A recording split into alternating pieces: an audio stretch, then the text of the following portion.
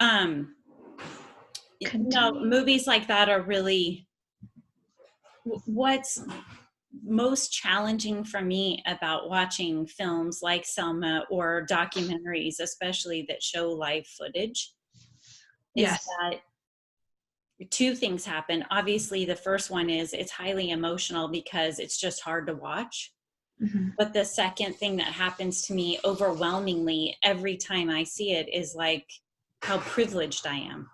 Yeah. Right? I mean, yeah, I agree. and I look at the situation that we're in now in our political environment where, you know, children are being taken away from their parents. And I'm sitting here wondering, okay, if they were brave enough to do that then for the right to vote, when the hell are we gonna take up and get together and close down streets and say, we demand you listen to us? I just don't think that's possible anymore. Why? I think the violence is different now. I don't think it would be something that's like, okay, fine, we'll give up. I think it'll just create a larger division. I don't know. Have you seen Living Undocumented on No? Netflix? No, I think it's like a docu-series, so it's like 6 episodes or something. And it was produced by Selena Gomez, but it's kind of like ICE versus society kind of thing. And it's, I think, power, like it's just too much now. I think back then it was still like respected to stand up for yourself, and now it's just, I don't think it's like that anymore. But it makes me so sad. I don't know. It's so interesting to me because, you know, once again, I think that the generational gap between us really is illuminated in this discussion for me, because I'm so shocked by what you're saying. Not, Really? oh yeah. You think it's still possible? I guess I do, but more than that, I'm scared that you don't, because Okay. the one, right? Yeah. Like, I get that. Yeah. doesn't believe that, and her people her age and in her circles don't believe that. Oh my God. You're right. Oh, you're right. Because I'm sitting there thinking, you know, what kind of physical violence is prevalent today that wasn't then? I mean, can you imagine seeing Ku Klux Klan members going down the street or bombing a church? Like, I don't see that happening today. But even like Charlottesville terrified me, because in my mind, those things don't happen anymore. Yeah. But again, that's my privilege speaking. Possibly, yeah. I mean, I think there's places where it happens more often than not, and we kind of avoid those places just to not. I mean, I know I avoid places just so I know that I'm not going to be seeing that kind of stuff or traveling to certain places. Did you read the letter that President Crow sent out, the president of ASU, about Like recently, right? Mm-hmm. Yeah. Mm-hmm. Addressing, you know, some of the anti-Semitic propaganda that's been on campus? Yeah.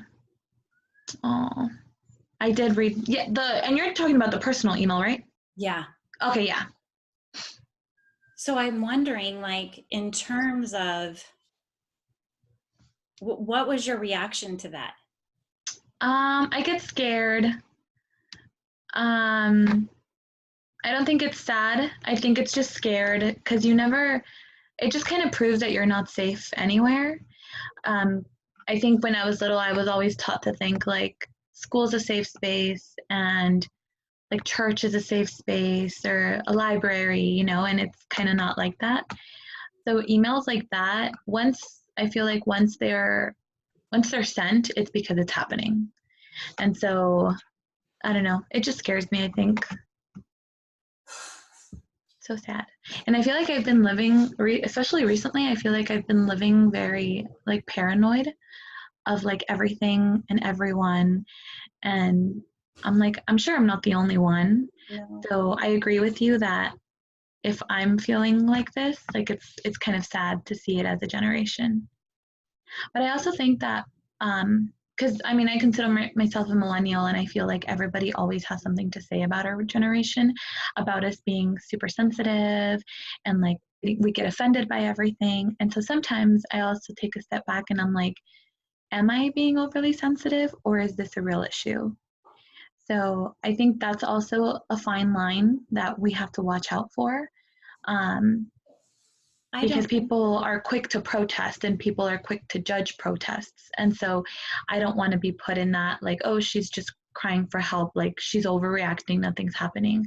And I don't know. I think it is a fine line.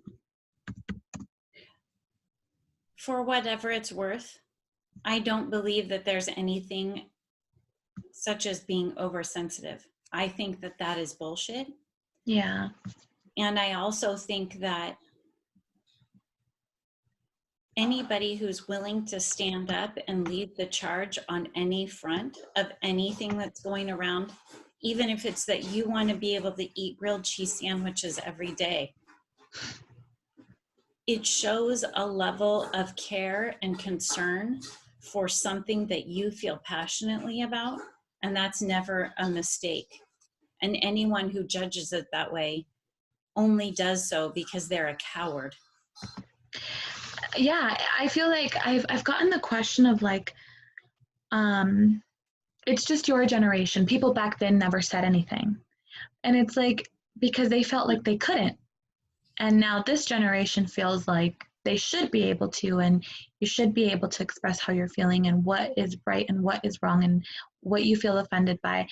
Whereas back then, maybe the opportunity wasn't the same. It's like women who were assaulted in their younger days who are coming out about it now. It's because back then they didn't feel they had the ability or the power to do so, and now these doors have opened that allows them to. So that's why they're speaking out about it 20, 30 years later. But I don't know. Well, what's fascinating about it is when you look at Selma and what happened. I mean, I personally can't think of something worse than walking peacefully down the street that you pay taxes for and being assaulted by the people who are supposed to protect you. And Yeah. not just assaulted in a mild manner, people died.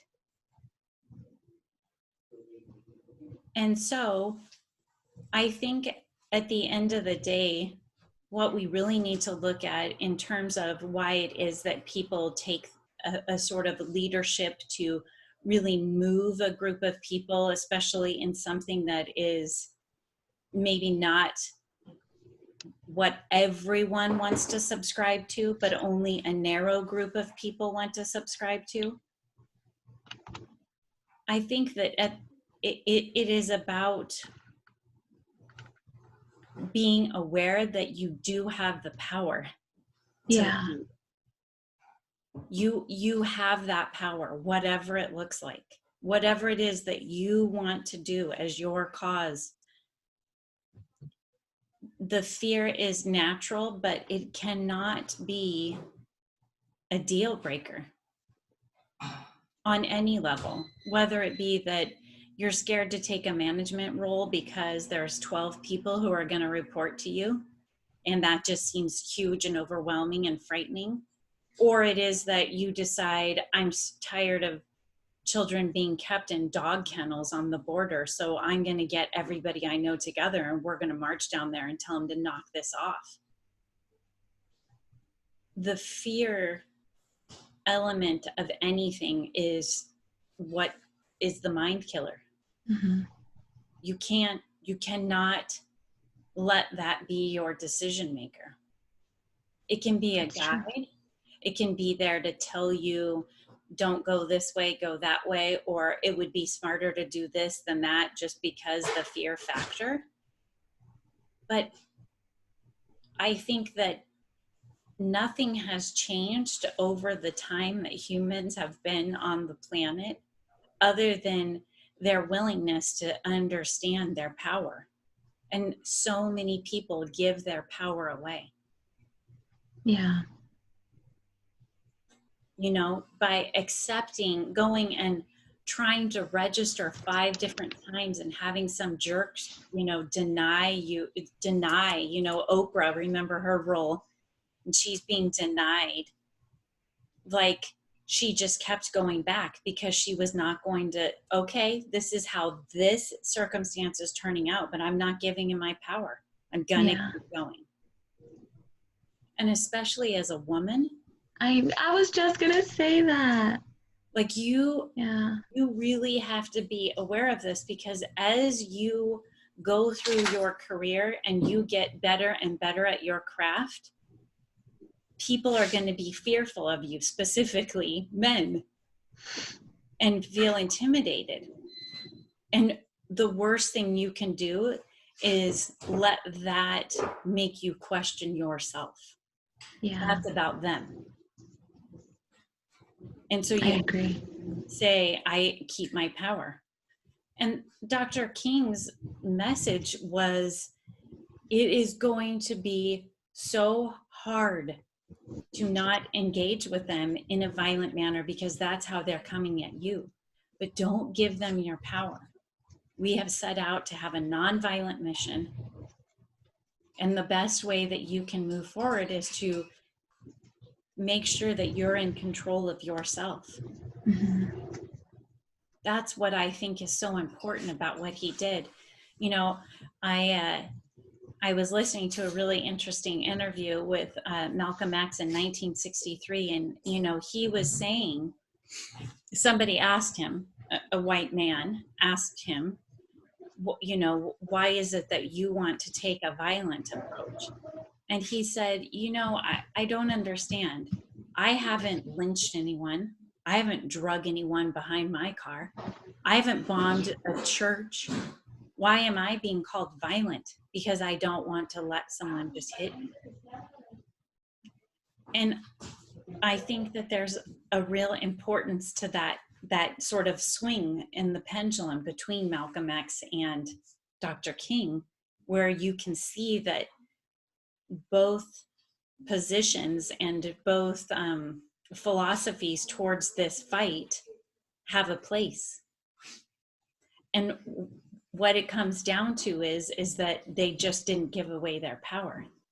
Yeah. I think like that's what makes them a leader, because anybody else would have been like, okay, it's like I give up kind of thing, and they were like adamant about what their goals were. But look at what they did. Like, ultimately, the way that they were successful is by empowering other people. Other people. Yeah, you're right.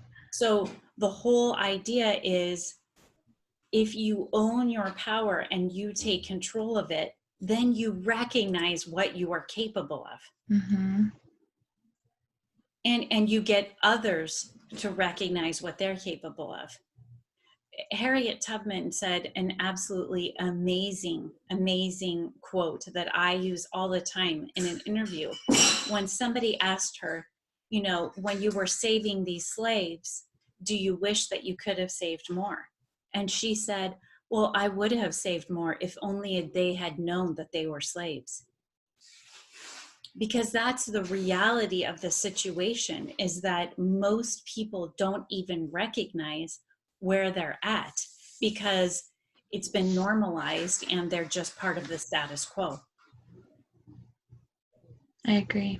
Yeah, because people think this is normal life because they haven't experienced what it should be. And even you don't like watching movies that are like that, right? Because that is very hard and difficult to look at, and you have the opportunity and the privilege to look away. Yeah. But Yeah, it's a privilege. at the same time, if you recognize what power you wield when you are aware that that exists and people have survived it, it empowers you Hmm. to say, if a human being can do that and make it through, look at all the things I am capable of. Yeah. And that's why people accuse millennials of being sensitive or snowflakes or whatever you want to call it, is because they themselves can't understand how you could just say, yeah, I'm not going to do that because Hmm. just because everybody else does it or it's status quo, I'm not. Yeah. And even with that, Greta, the little girl with the climate change, like social media either loves her or hates her. And I'm like, everyone's like, what is she gonna do? Like one person recycling isn't gonna change anything. But I feel like it's not necessarily about that, is her educating everybody else and empowering everybody else. And like that's what she's changing. It's not her recycling, it's her educating others. And you're right.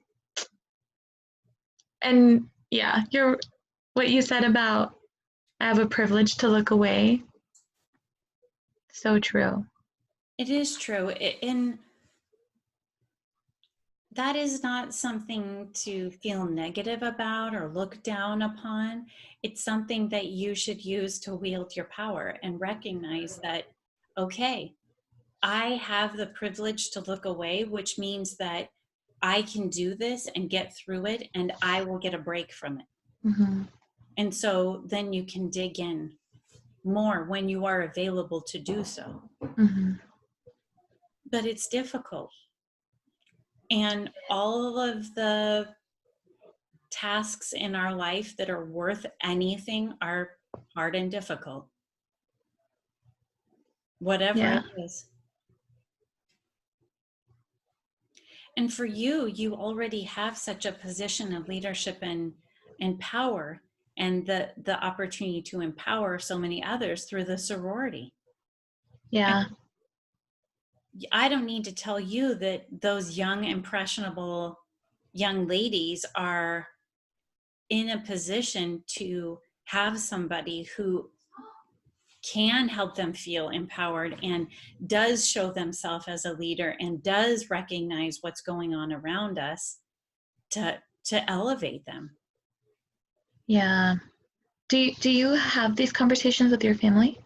Oh yeah, I Yeah. have two white boys that Yeah. have a very privileged life, and I want them to take that and do something constructive with it instead of ride the wave. And so, what I do every single day is ensure that I am loving them and mothering them and helping them grow in a way that helps them grow to their greatest potential. But bigger than that, helps them recognize what they have as a gift and not just look at it with, yeah, so what? It's my Like life. whatever. Hmm. You're such a good mom. Wow. It's really, really hard. And I highly recommend you don't do it.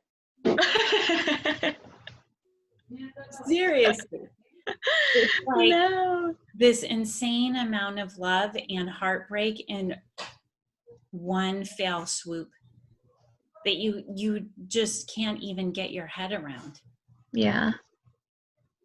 Especially when you look around and think, oh my God, what have I done? Our earth, our planet, our people, it's a shit show, and I don't know what we're gonna do. Yeah. I've heard a lot of people say like I want kids, but why would I bring them into this world? And I'm like, that is so sad that you have so much fear for your children. And it's not even like fear of money or like fear of them not going to college. Like these are real fears about the kind of person that they're going to grow up to be. Or not be able to because somebody comes into their school with a weapon. I mean, every single day it is right there. It's just this overwhelming fear that every single day that goes by that there isn't something happening at their school, it's a roll of the dice. You know, it doesn't feel like it's a matter of if it would happen, it feels like it's when. Yeah, I agree. My husband, he's a Columbine alum, but it was long before Okay. the incident. But I remember when we're in our early 20s and this happened, and we were both just like, to be sitting there next to him watching TV, and he's like, oh my God, that's our library. Like, that has been happening now for so long that it has been normalized. Yeah. And that's when you're hooked up to the matrix. You can't let things like that be normalized. But in terms of like us being able to stand up, like stand our ground about it or stand up for gun laws and things like that, I mean,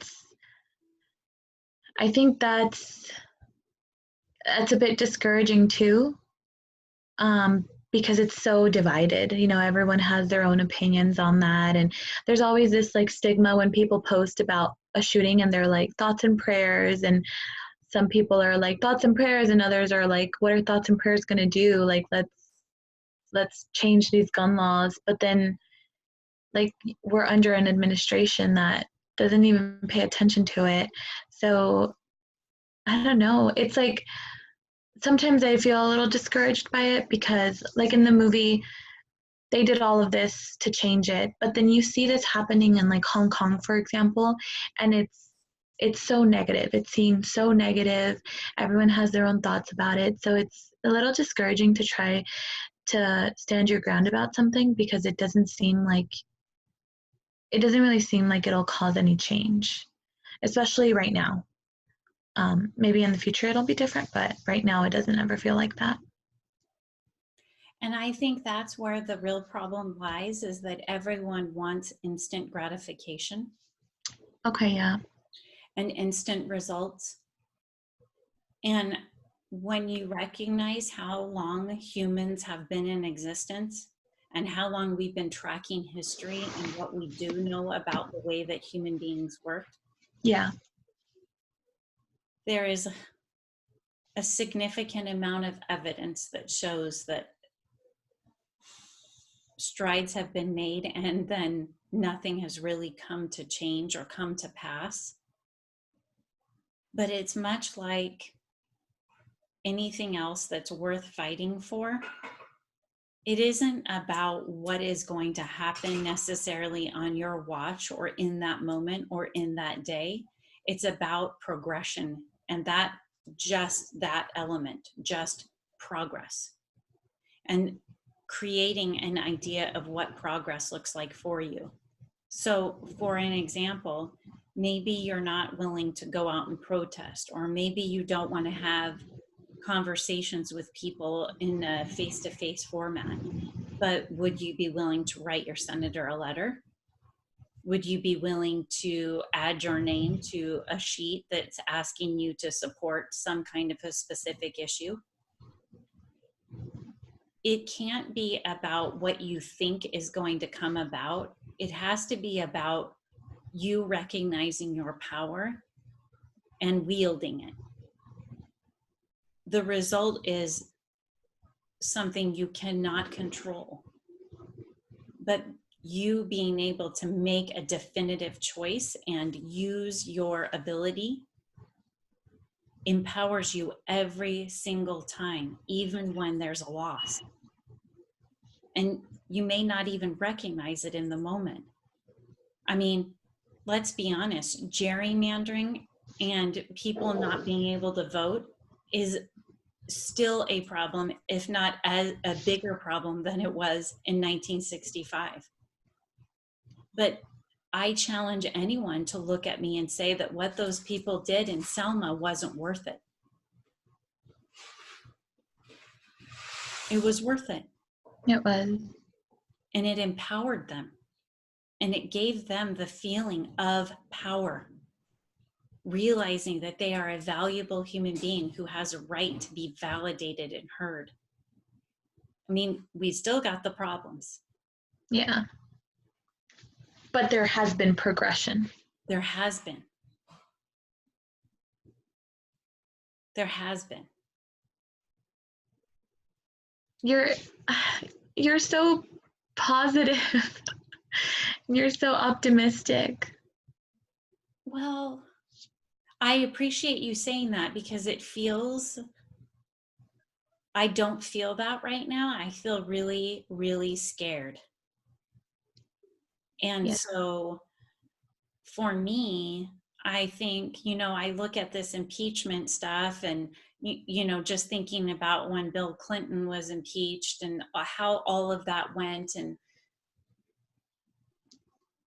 I feel really scared. I feel really, really scared for the generations behind me. And it's not as if I feel old.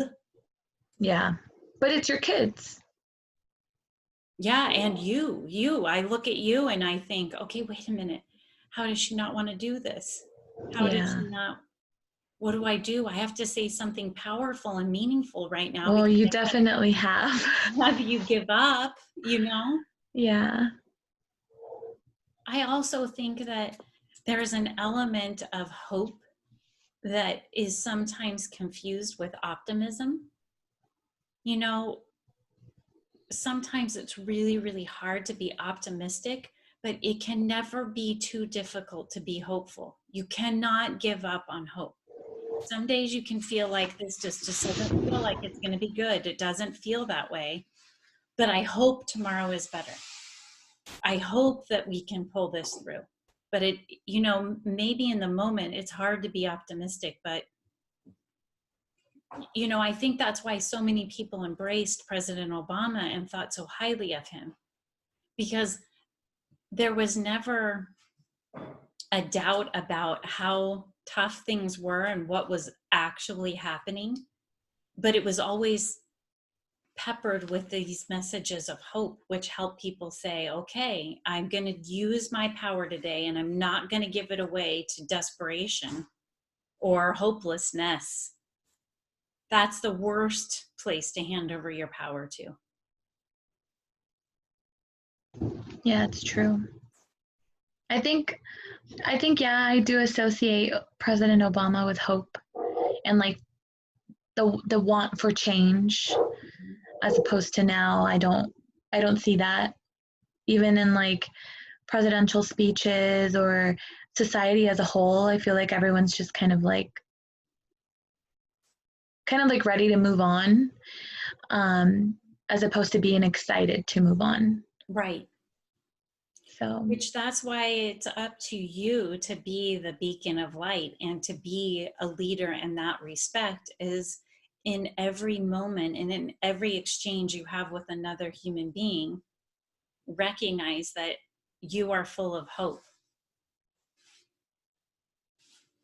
at the possibility of what could be,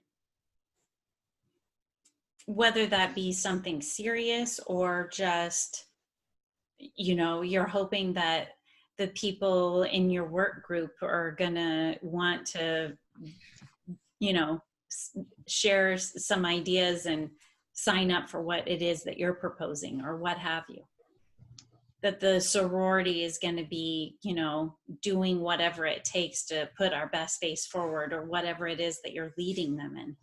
mm-hmm. And I think, again, that comes through you showing that you have power and you're a valuable human being and wielding that power for what it is you want.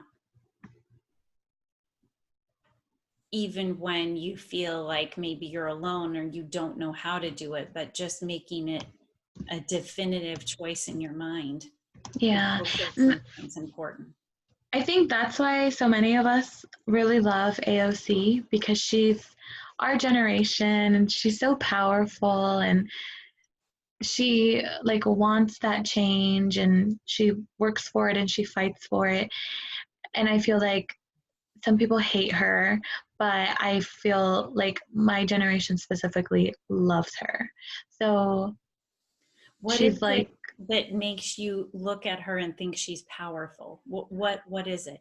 I think it's her, the fact that she's brave, the fact that she didn't care how old she was, she went for it because she knew that she could provide some kind of change. Um, I don't know. I think it's her age that I most look up to because she's not, it makes me feel like she's not intimidated by men or by people that are older than her or that people that have been in that career path longer than her. I think she, I don't know. I think she found her power and she's owning it and she's trying to work for it. Have you seen her documentary? You know, I didn't watch her documentary, but No. I'm very familiar with her speeches and listening to her Yeah, and her you should story. watch it. She's so, I don't know.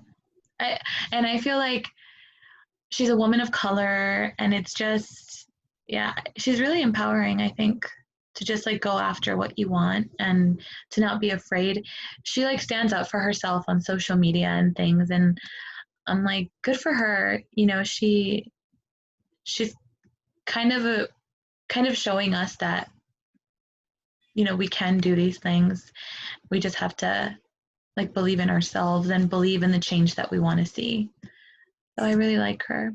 And do you look at her and see yourself, or see that there's something that she does that you know you could do too?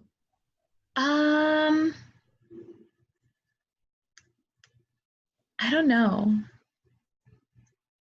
I'm sure there is, but I think that I just see her as like super educated and I feel like that's like a huge division between me and her. Or like a lot of people in her.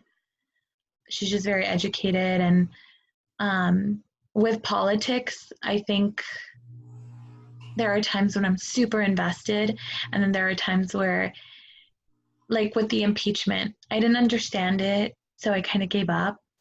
And that happens with politics a lot. And I think it happens a lot to our generation.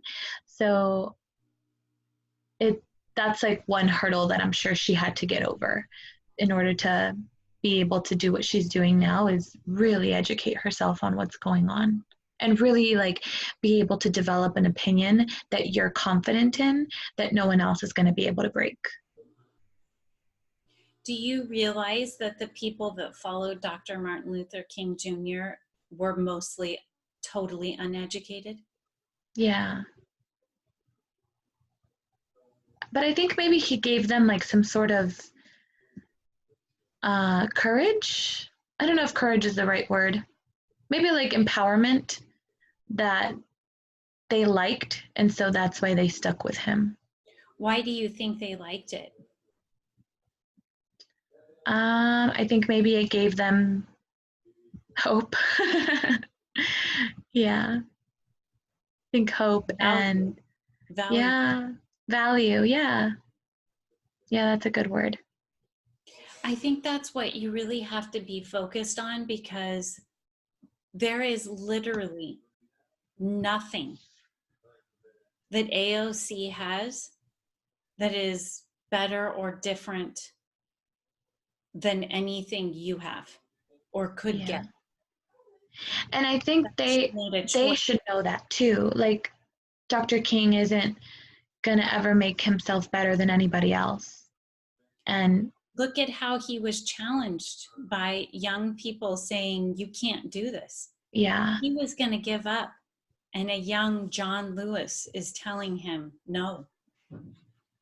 That's what's so important, I believe, that people understand, is that even the person who's leading the charge is not always the bravest or the most courageous or the most educated, or they are only taking the mantle out of choice. And that's what I think is so important, so that you do wield your power and your privilege to make choices. because that is where all of the value lies, is in your ability to choose. Your Yeah. value doesn't lie in the hope for others. It doesn't lie in your education. It does not lie in your ability to run for a political position. Your power lies in your ability to make choices for yourself and then act upon them. Hmm. I feel And like, that's a privilege as well. yeah, And yeah, we it is. get that. Yeah. I think Dr. King, too, what he provided was like the stepping stones. And then he like paved the way, but it was also up to everybody else to help him. Because I think alone it's a lot harder. Organizing and mobilizing groups of people is a lot of work for one respect, and that is that, again, you have to get people to recognize they're valuable and powerful and there's hope.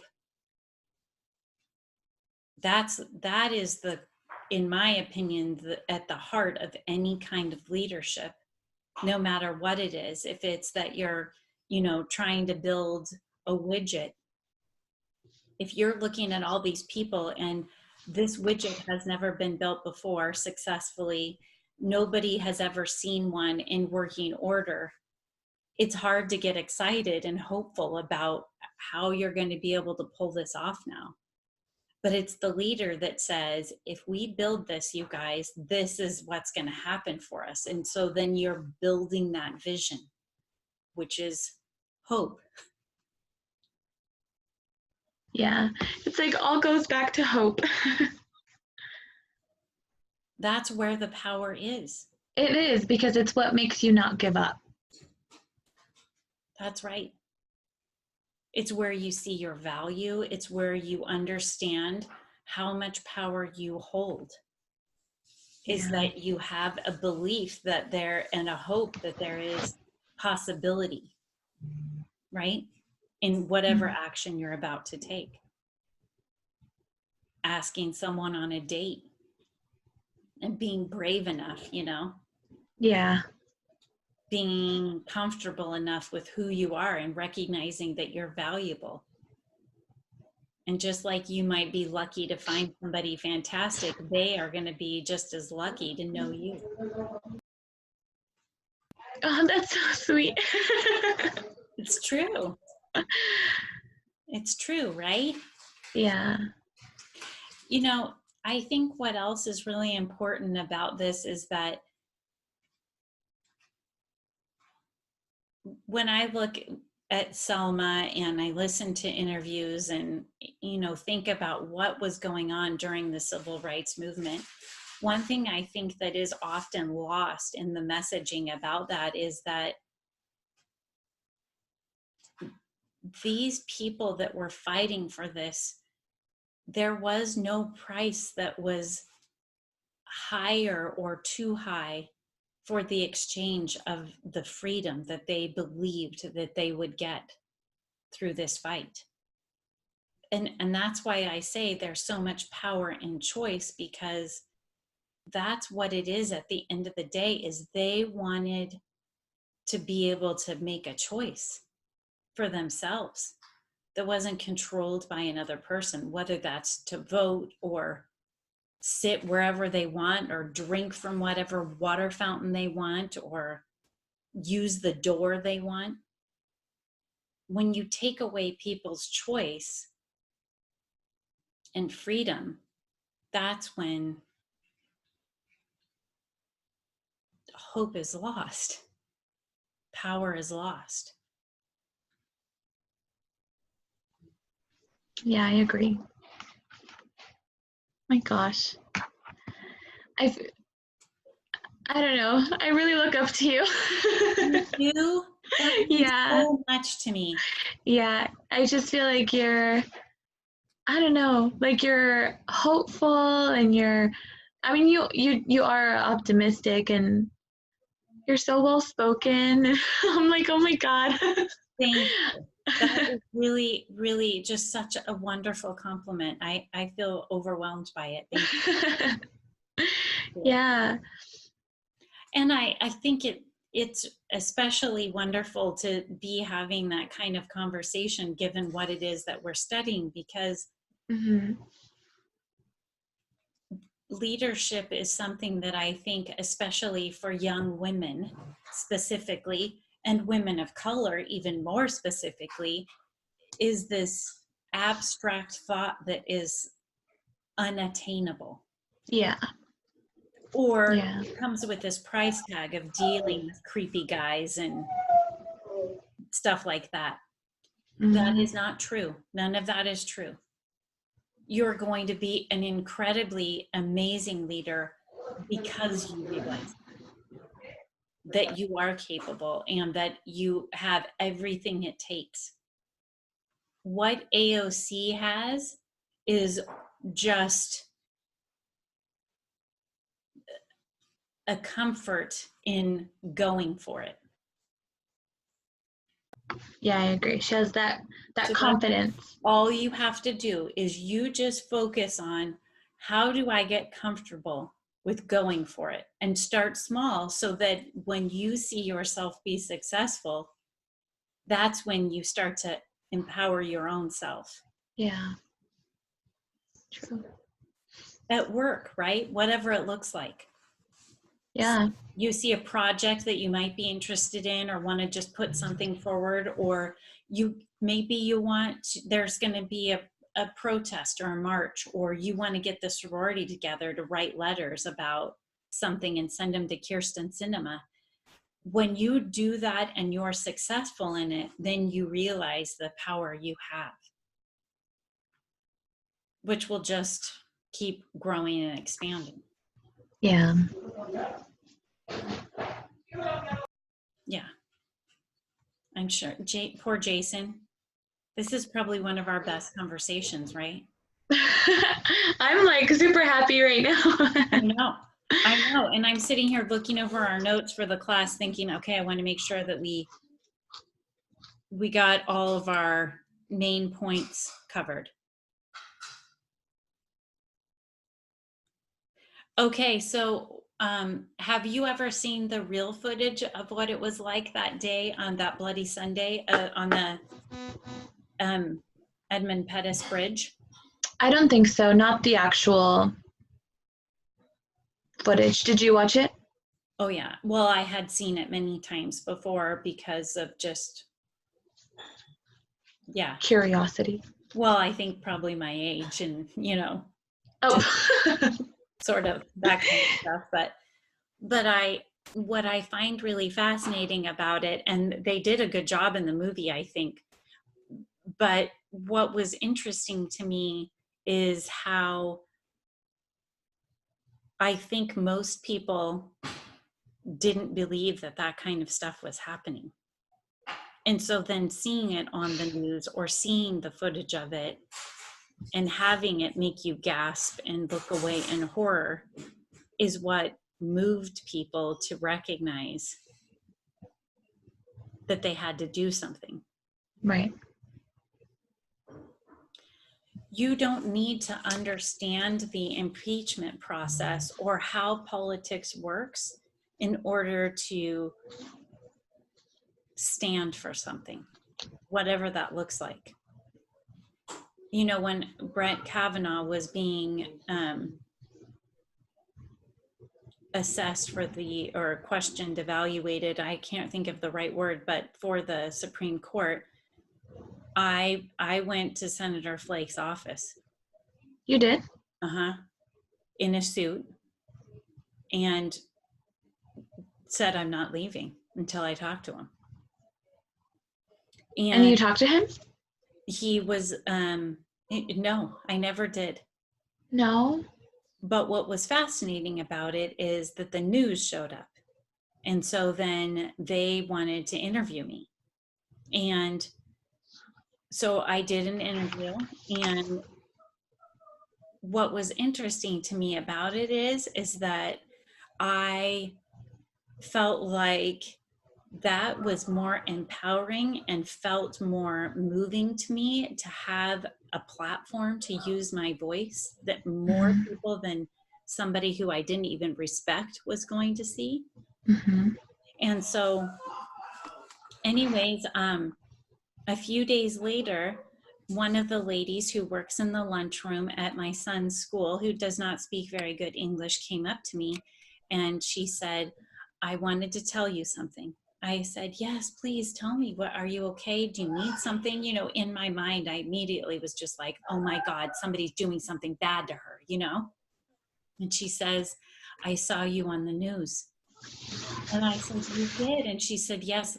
And my daughter saw you on the news. And I said, oh, yeah. And she said, and I want you to know, a boy tried to pin her down in the bathroom.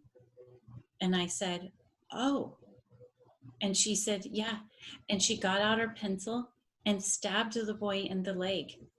And I said, wow, I don't really know what to say. And Yeah. she said, I just looked at my daughter and said, oh my God, what were you thinking?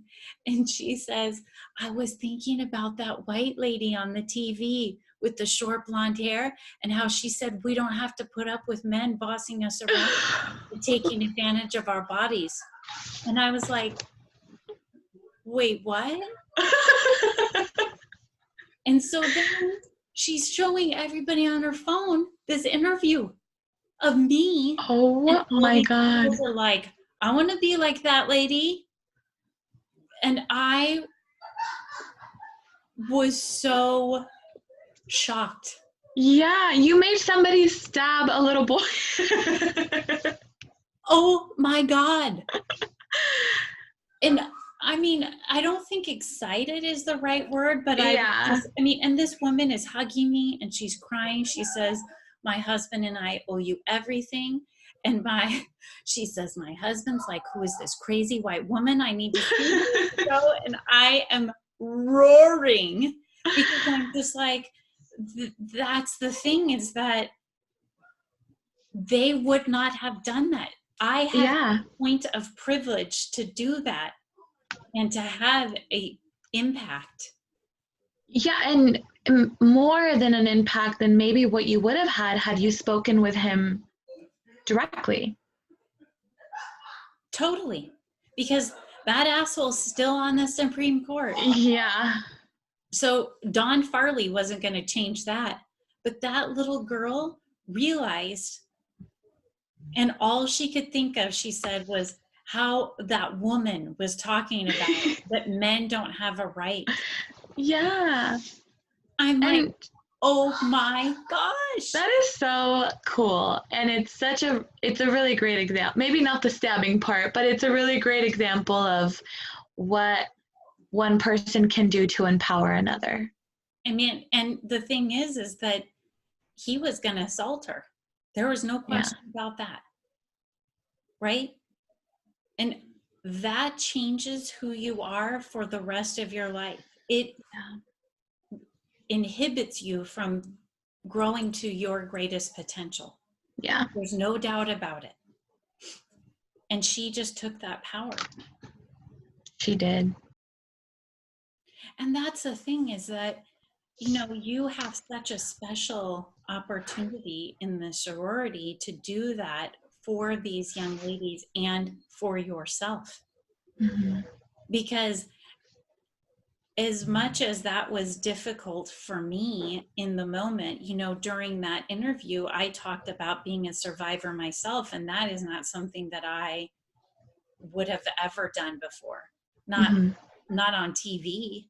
Yeah. But Dr. Ford, who stood up about Brett Kavanaugh, she empowered me. And I empowered this little girl. Yeah.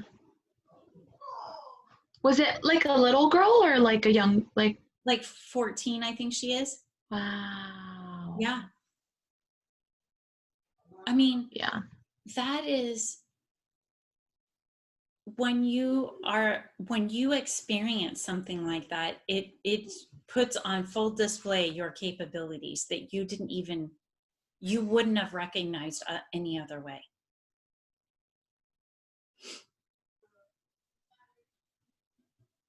You can't give up. That's awesome. Don't give up. You don't need to know about the impeachment to know that he is a pig and must go.